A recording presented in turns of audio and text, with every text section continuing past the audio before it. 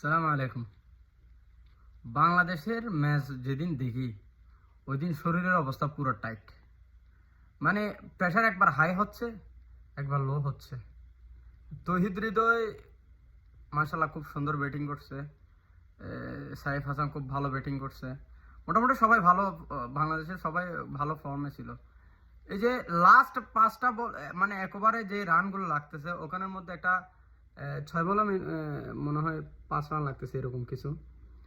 আহ, একটা 4 মেরে দিছে জাকির আলী অনেক। এর সমস্যা কি বুঝি না আমি। মানে আন্দাজে ব্যাট খেলে, মানে মুখস্থ ব্যাট চালায়।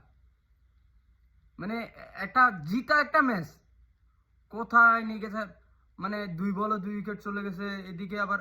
মানে কোথার মানে হাতের ম্যাচটার কি অবস্থা করে বলছে। আবার এটা নিয়ে কন্ট্রোভার্সি আসছে, বাংলাদেশ জিতছে হেন তেন মানে যে শ্রীলঙ্কা আমগরে মানে ম্যাচে ফিরাইছে, টুর্নামেন্টে ফিরাইছে, ওদেরকে তো আমরা পিছন দিয়ে মারিয়ে দিছি।